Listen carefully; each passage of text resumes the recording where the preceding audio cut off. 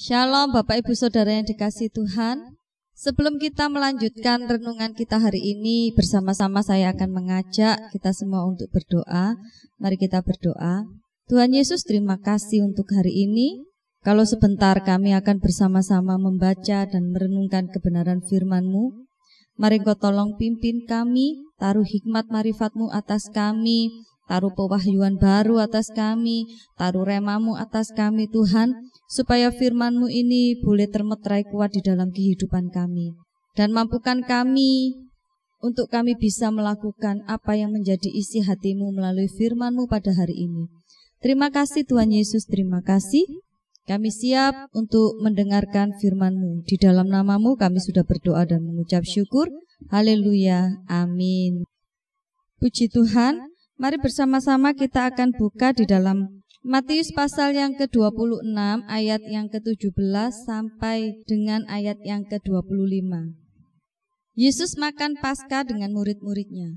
Pada hari pertama dari hari raya roti tidak beragi, datanglah murid-murid Yesus kepadanya dan berkata, "Di mana engkau kehendaki kami mempersiapkan perjamuan Paskah bagimu?" Jawab Yesus, "Pergilah ke kota kepada si Anu dan katakanlah kepadanya, pesan guru, waktuku hampir tiba, di dalam rumahmu lah aku mau merayakan Paskah bersama-sama dengan murid-muridku." Lalu murid-muridnya melakukan seperti yang ditugaskan Yesus kepada mereka dan mempersiapkan Paskah. Setelah hari malam Yesus duduk makan bersama-sama dengan ke-12 murid itu, dan ketika mereka sedang makan ia berkata, "Aku berkata kepadamu, sesungguhnya seorang di antara kamu akan menyerahkan aku."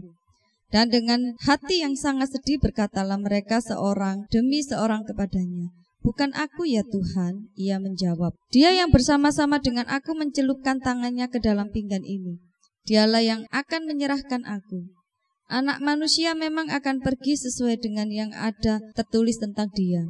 Akan tetapi celakalah orang yang olehnya Anak manusia itu diserahkan. Adalah lebih baik bagi orang itu sekiranya ia tidak dilahirkan." Yudas yang hendak menyerahkan dia itu menjawab katanya, "Bukan aku ya Rabi," kata Yesus kepadanya, "Engkau telah mengatakannya." Puji Tuhan, demikian nats yang kita baca hari ini. Bapak Ibu Saudara yang dikasihi Tuhan Yesus, saya akan memberikan tema dari bacaan kita hari ini, yaitu bagaimana kita harus menjaga hubungan dengan Tuhan. Kalau kita perhatikan ayat yang ke-21, dan ketika mereka sedang makan, ia berkata, "Aku berkata kepadamu, sesungguhnya seorang di antara kamu akan menyerahkan aku." Kalau kita renungkan dari setiap kata di ayat yang ke-21, di situ terlihat kedaulatan Tuhan. Tuhan adalah Tuhan yang berdaulat. Dia mengetahui apa yang akan terjadi. Karena Tuhan adalah Tuhan yang berdaulat, sebenarnya Tuhan bisa saja melakukan sesuatu untuk menghentikan supaya peristiwa kematiannya, bagaimana prosesnya, dan itu sangat menyakitkan. Dalam kedaulatannya bisa saja Tuhan menggagalkan peristiwa penyaliban ini, tetapi Tuhan tidak pernah lakukan itu. Hal yang menyakitkan ini tidak pernah digagalkan oleh Tuhan, karena kasih Tuhan pada manusia itu terlalu besar. Di ayat yang ke-23, dalam kedaulatannya juga Tuhan tahu bagaimana dan siapa yang akan melakukan pengkhianatan itu. Sekarang kalau kita pikir, kita kan tahu Tuhan itu berdaulat. Tetapi kenapa Tuhan tidak menghentikan Yudas pada saat itu? Nah, kalau kita kembali perhatikan ayat yang ke-21 dan ke-23, Tuhan itu memang tidak menghentikan Yudas, tetapi Tuhan telah mengingatkan Yudas. Mari perhatikan kata yang di ayat yang ke-21, "Aku berkata, sesungguhnya seorang di antara kamu akan menyerahkan aku."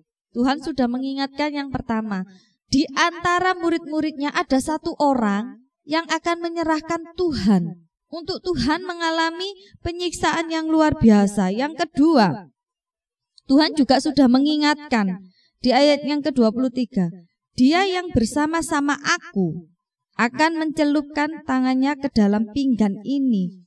Dialah yang akan menyerahkan aku." Sekali lagi ditegaskan oleh Tuhan, orang yang bersama-sama dengan Tuhan saat itu, dialah nantinya yang akan menyerahkan Tuhan. Nah, mendengarkan peringatan Tuhan Yesus, kalau kita perhatikan juga ayat yang ke-25, Yudas sempat menjawab, "Bukan aku ya Rabi." Artinya apa? Sebenarnya Yudas itu sudah tahu bahwa kata-kata Tuhan Yesus itu ditujukan kepadanya. Tetapi Yudas salah menggunakan kehendak bebasnya. Akhirnya Yudas memilih untuk tetap menjual Tuhan Yesus. Melihat sikap dan keputusan Yudas ini mengingatkan kita bahwa tidak hanya Yudas, tetapi banyak sekali orang Kristen tidak mengerti bagaimana cara menjaga hubungannya dengan Tuhan yang sebenarnya. Yudas itu sudah lama mengikut Tuhan, tetapi sayangnya Yudas tidak bisa menjaga hubungannya dengan Tuhan. Lalu bagaimana kita harus menjaga hubungan kita dengan Tuhan? Yang pertama, terima didikan dari Tuhan dengan taat. Bapak, Ibu, Saudara yang dikasihi Tuhan, kalau kita perhatikan selama 3,5 tahun Yudas telah mengalami didikan Tuhan. Dia bersama-sama dengan Tuhan siang dan malam. Tapi sayangnya Yudas memutuskan untuk tidak taat. Ketika Tuhan menegur, mengajar dan mendidiknya, Yudas tidak dapat merespon dengan baik. Yudas tetap memutuskan untuk menggunakan kehendak bebasnya dalam kejahatan, yaitu dengan cara menjual Tuhan Yesus. Dan yang pada akhirnya keputusan itu juga menghancurkan dirinya sendiri. Dia mengakhiri hidupnya dengan bunuh diri. Tuhan tidak pernah melarang manusia untuk melakukan kehendaknya sendiri. Tetapi dalam Alkitab, Tuhan sudah sering kali menjelaskan ketika manusia tidak taat pada Tuhan, yang dia terima pada akhirnya adalah maut. Adam dan Hawa memutuskan untuk tidak taat. Dia tetap memakan buah larangan yang baik dan yang jahat. Akhirnya mereka jatuh ke dalam dosa. Orang yang jatuh ke dalam dosa, ketika dia tidak segera bertobat, maut akan diterimanya. Nah, bagaimana dengan kita? Apakah kita tetap memutuskan taat kepada Tuhan? Banyak cara Tuhan untuk mendidik kita menjadi orang-orang yang dapat bertumbuh secara rohani dan menghasilkan buah yang memberkati banyak orang. Tetapi sayangnya kadangkala kita itu sering salah paham dengan didikan Tuhan. Sama halnya seperti Yudas, 3,5 tahun dia mengikut Tuhan, tetapi dia tidak bisa menerima didikan Tuhan, tidak mau mendengar teguran dan banyak hal. Sama halnya dengan hidup kita juga. Kadang Tuhan izinkan didikan yang terbaik Tuhan berikan untuk kita. Mungkin kita adalah orang-orang yang pemarah, kita adalah orang-orang yang suka berkata-kata kasar, kita adalah orang-orang yang suka menyakiti. Kalau bicara itu sangat menyakitkan. Dan ketika Tuhan didik, pertemukan kita dengan orang-orang yang bisa menjadi gesekan buat meruntuhkan, merontokkan perkataan-perkataan pedas kita. Mungkin kita ditegur, akhirnya kita salah paham dengan cara Tuhan mendidik kita. Kita balik marah dengan orang itu. Mungkin ketika kita berkata-kata kasar dan ketika kita ditegur, kita menjadi marah. Menurutku ini adalah hal yang benar. Itu kan menurut kita, tetapi menurut orang lain beda. Nah, Tuhan memberikan didikannya dengan memakai seseorang untuk menegurnya, tetapi kesalahpahaman terjadi. Apa bedanya orang ini dengan Yudas? Dia tidak mau menerima didikan dengan baik. Mari kita sebagai seorang yang takut akan Tuhan, terima didikan dengan taat. Dan yang kedua, buang hal-hal yang menguntungkan kita tetapi tidak sesuai dengan kebenaran Tuhan. Keuntungan besar kadang dijadikan iblis untuk menjerat dan menjatuhkan manusia. Contohnya Yudas. Dia berpikir akan mendapatkan keuntungan ketika menjual Tuhan Yesus. Mungkin di kalangan para imam-imam, Yudas jadi orang yang disegani. Mungkin pikiran Yudas saat itu seperti itu.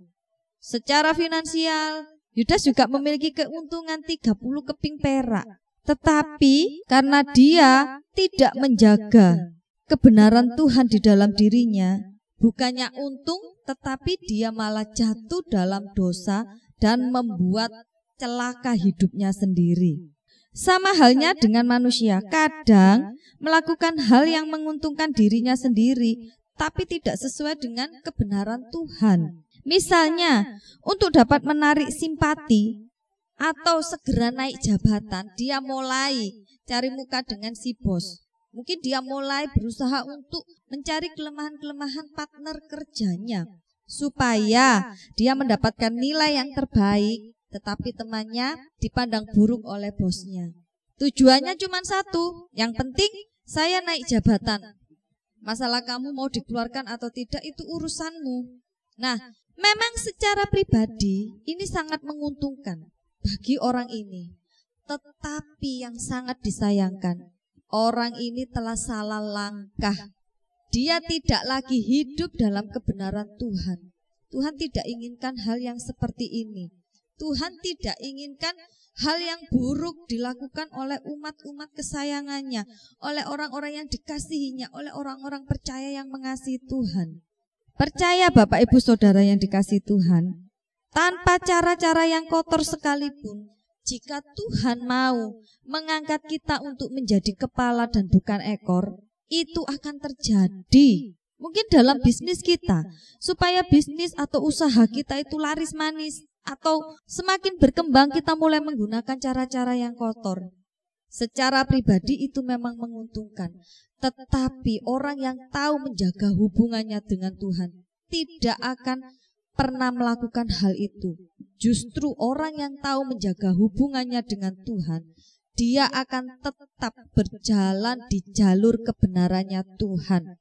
Kalau memang mau usahanya, bisnisnya diberkati Tuhan, hal yang terbaik yang dilakukan dan dikerjakan, berdoa.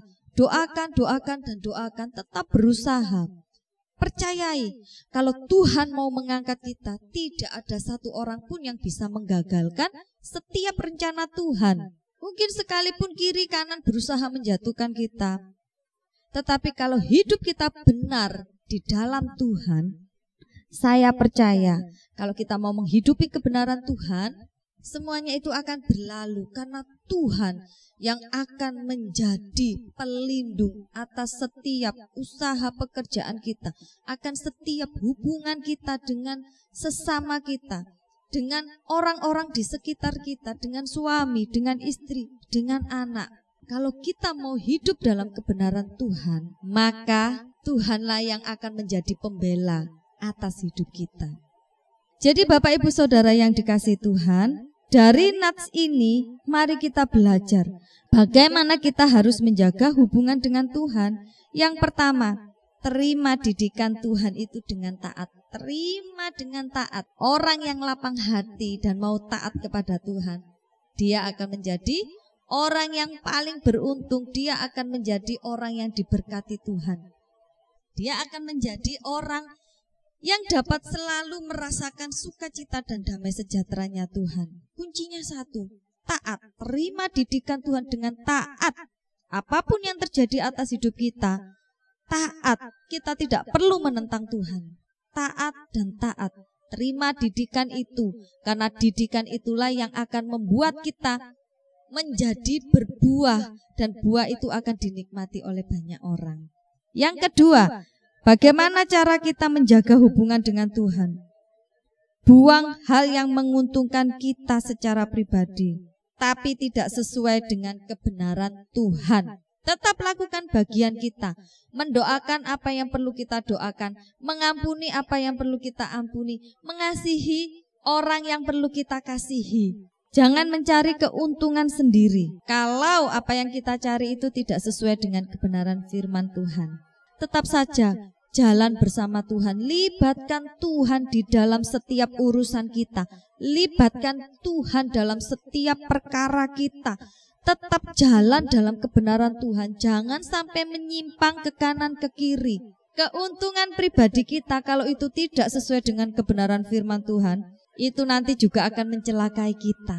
Tetapi ketika kita mau berjalan sesuai dengan kebenaran Tuhan, saya percaya Setiap langkah kita akan dituntun, akan dipimpin oleh Tuhan. Sekalipun harus melewati badai, sekalipun harus menginjak kerikil-kerikil yang tajam, sekalipun kaki kita sampai berdarah-darah untuk melangkah. Tetapi setiap orang yang mau menjaga hubungannya dengan Tuhan, dengan tetap berjalan dalam kebenaran Tuhan, maka Tuhan yang maha dahsyat itu, Tuhan yang maha besar itu, Dia yang akan turun tangan untuk menyertai kita. Percaya saja, percaya saja. Orang yang hidup dalam kebenaran Tuhan, dia tidak akan pernah melangkah sendirian karena Tuhan beserta dengan kita semua. Demikian yang bisa saya bagikan renungan hari ini. Saya berharap kita tetap punya komitmen untuk menjaga hubungan yang baik kita dengan Tuhan. Apapun yang terjadi, ingat masih ada Tuhan di dalam hidup kita. Apapun yang terjadi, kita perlu terus mengingat kasih karunia Tuhan tidak akan pernah berhenti untuk hidup kita. Kiranya Tuhan Yesus memberkati kita semua. Mari kita berdoa. Tuhan Yesus, kami mengucap syukur untuk hari ini. Sungguh Tuhan, kami bersyukur Engkau mengajarkan banyak hal melalui kehidupan Yudas. Engkau mengajarkan kepada kami bagaimana kami harus menjaga hubungan yang benar di hadapan-Mu Tuhan. Ajarkan kepada kami Tuhan, untuk kami dapat menerima semua didikan dari-Mu Tuhan dengan taat Tuhan. Ajarkan kepada kami, untuk kami membuang semua hal yang menguntungkan kami secara pribadi, tetapi tidak sesuai dengan kebenaran-Mu. Kami rindu untuk terus melangkah dan melangkah maju bersama dengan Engkau Tuhan. Kami rindu dalam segala hal melibatkan Engkau dalam kehidupan kami. Tuhan, saat ini hamba-Mu berdoa. Mungkin di antara kami yang mengikuti saat teduh hari ini, yang mengikuti renungan hari ini, sedang bergumul untuk banyak hal. Untuk bisnisnya, untuk usahanya Tuhan. Mungkin banyak serangan-serangan yang menjatuhkan usahanya. Mulai hari ini, darah Yesus menyucikan setiap usaha pekerjaan kami semua. Darah-Mu tercurah di atas kayu salib membebaskan setiap hal yang membuat usaha kami jatuh. Orang-orang yang mengirim roh-roh jahat, orang-orang yang mengirim hal-hal yang tidak sesuai dengan kebenaran firman-Mu untuk menjatuhkan bisnis kami, untuk menjauhkan usaha kami ikat, kami patahkan roh itu di dalam nama Tuhan Yesus. Kami percaya darah-Mu Tuhan, kuasa-Mu bekerja atas bisnis kami, sehingga siapapun yang berusaha menjatuhkannya Tuhan, tidak akan pernah bisa menyentuh usaha dan bisnis yang kami kerjakan Tuhan. Karena Engkau-lah, darah-Mu itu Tuhan, yang menjadi pagar perlindungan. Karena Engkau-lah sendiri yang menjadi pagar perlindungan atas kami Tuhan. Terima kasih Tuhan, terima kasih. Jika ada di antara kami juga Tuhan dapati kami mulai memberontak dengan didikan-Mu, kami mulai mengeluh dengan didikan-Mu, kami mulai merasa kami dikucilkan, kami mulai merasa kami dihina, kami mulai merasa kami dipandang sebelah mata. Tetap Tuhan ajarkan kepada kami untuk taat kepada-Mu. Engkau mengajarkan kami untuk kami mengasihi Tuhan. Maka kami rindu ketika kami mungkin sulit untuk memaafkan orang-orang yang menyakiti kami. Jika ini didikan yang Tuhan berikan bagi kami untuk kami bisa bertumbuh, kami membuka hati kami. Kami meminta kasih-Mu Tuhan untuk bisa mengampuni orang-orang yang menyakiti hati kami. Orang-orang yang membuat kecewa kami minta kasih-Mu Tuhan, untuk kami bisa melepaskan pengampunan untuk mereka. Terima kasih Tuhan, terima kasih untuk hari ini.